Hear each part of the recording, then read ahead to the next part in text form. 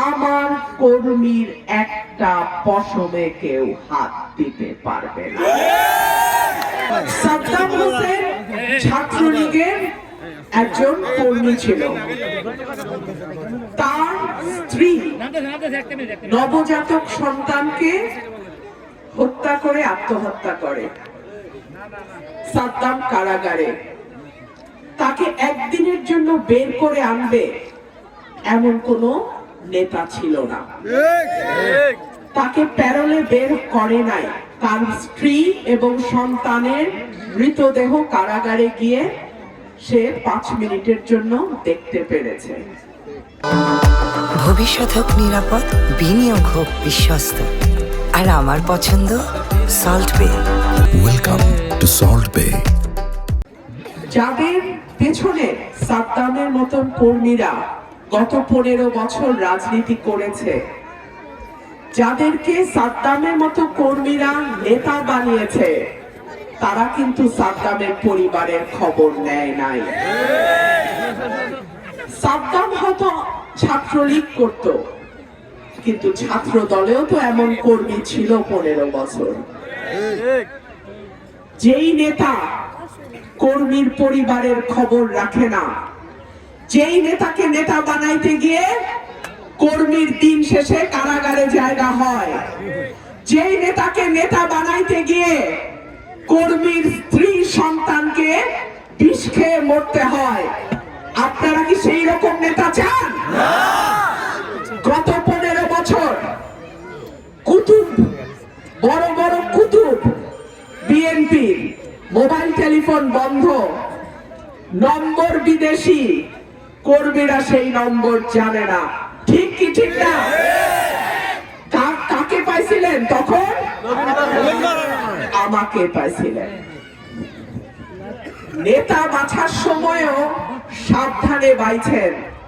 ভাইরা আমার, সাদ্দামের পরিণতি যেন বাংলাদেশে কোন দলের কোন কর্মীর কপালে না ঘটে। আরেকটা ঘটনা বলি, আওয়ামী লীগেরটা বললাম, বিএনপিরটা বলি। বিএনপির এক স্বতন্ত্র প্রার্থী মোহাম্মদ আলী নাম, চিনি কারণ তিনি সুপ্রিম কোর্টের অ্যাডভোকেট। স্বতন্ত্র দাঁড়াইলো, নেতা কর্মীরা যান জীবন দিয়ে খাটলো, কাউকে কিছু না বলা, কালকে আসন ছাইরা ঢাকায় চলে গেছে। এইরকম নেতা চান? আমার কর্মীর একটা পশম ধরার আগে আমার রক্তের উপর দিয়ে যাইতে হবে। আমার বাবা নাই, ভাই বোন নাই, আমার আপনারা ছাড়া কেউ নাই। সুতরাং আমার জীবন থাকতে আমি সরকারি দল যাই আর বিরোধী দলে যাই আর স্বতন্ত্র থাকি, আমার কর্মীর একটা পশমে কেউ হাত দিতে পারবে না। নেতারা নিজে নিজে নেতা হয় না।